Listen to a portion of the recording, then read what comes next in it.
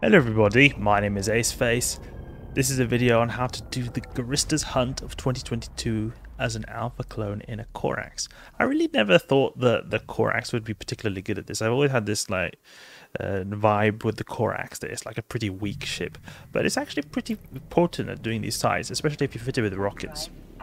So I've made a previous video on this and it was more like a test, but now I've done multiple sights in this fit and it's been working out so good.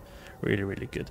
The thing is, we're using no prop right here. We're just like a little brick of a shield right here with the dual medium shield extenders. We've got Multispectrum shield Hardener Tech 2, compact EM shield amplifier, ballistic control system, and a power diagnostic system Tech 2. It gives us over 10k EHP tank. So this is a pretty powerful right here amount of tank, but also a decent amount of HP per second resist right here. So the way is that in this side everything is orbits really close, so that's why I opted in for the rocket launches, and it works really well with the Scourge Rage. It's really super smooth. The main piloting thing I would say is there's two piloting measures I usually take. Is when I find the Corax, I orbit at 5,000. Orbit to set the default orbit at 5,000 and just to reduce incoming DPS. So just make sure your speed is up as the main name of the game. Not like it's not like we're going to go particularly fast when we've got no prop, but having some speed is better than nothing, because the Corax shoots EM heavy missiles and they do quite a bit of damage if you're completely still, and by default they do quite a bit of damage since we have quite low EM resist. Even with this shield amplifier right here, it's still our second lowest resist. So when you see a Corax, try orbiting it at 5,000. I tried to do that. And then another thing is, just as soon as you see the Guristas automated drone, or just any boss really, I just overheat the shield hardener, just so I have as much margin of safety as possible. And I just approach the boss. That's really the main things I do. I orbit Corax and I overheat the shield hardener and the boss.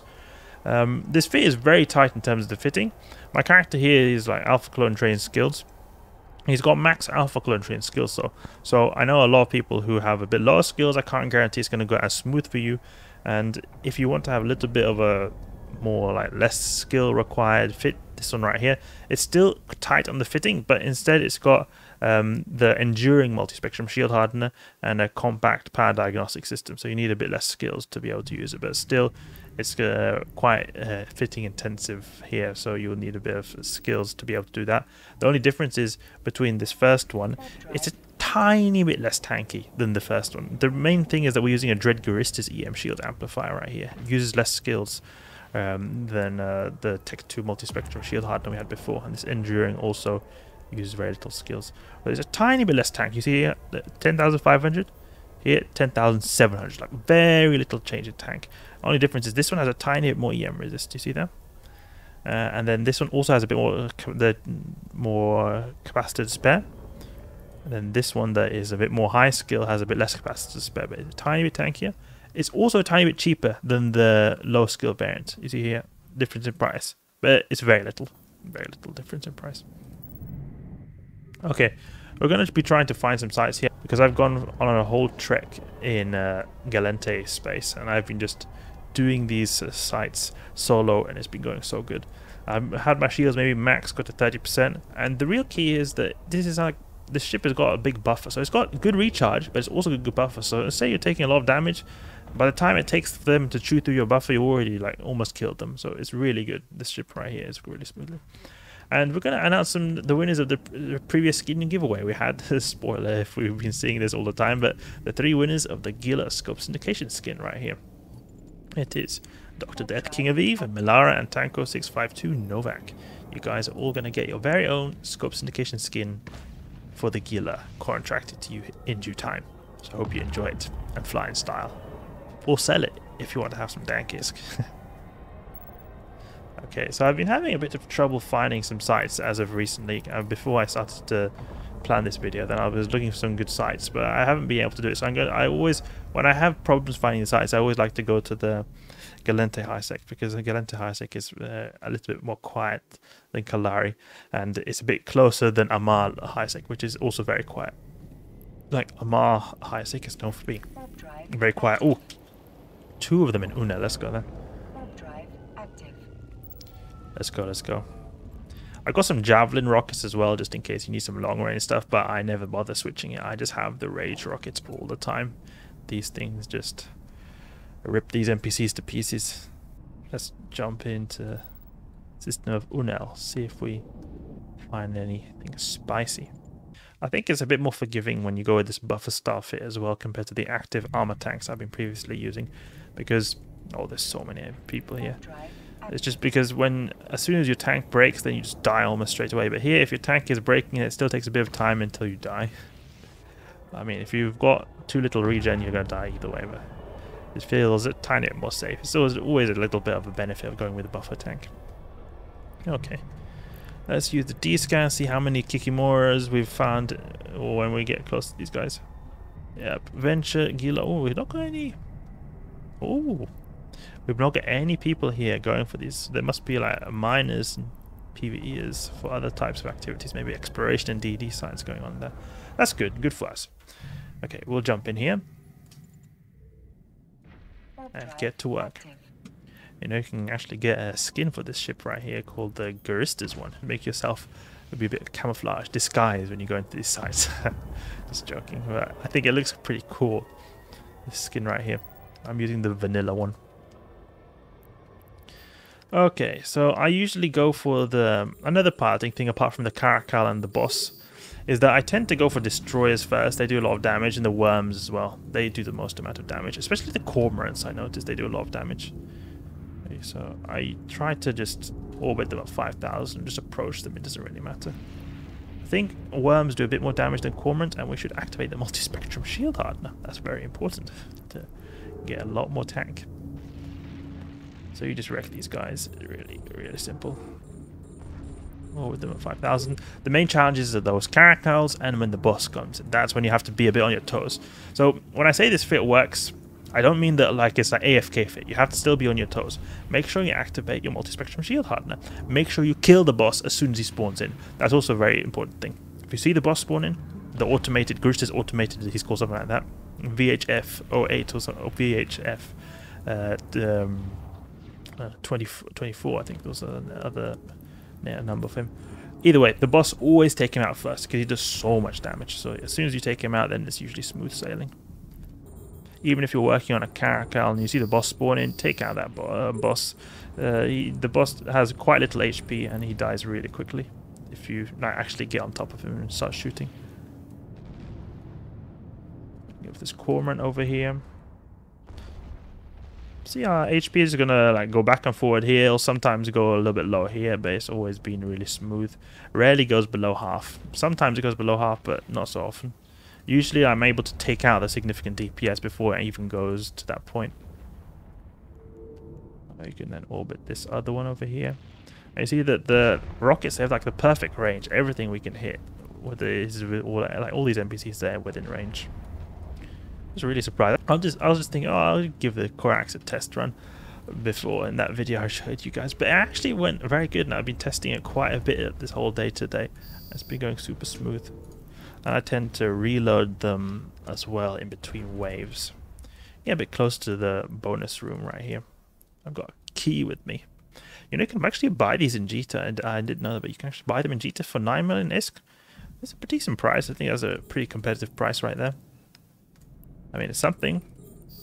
I mean, it's still not nothing, but it's still something. So I think it's worth it. The very dank rewards you can get from doing the Jackdaw boss that you go through there, I think it's well worth the price. So we just take out this worm, then we take out this cormorant afterwards.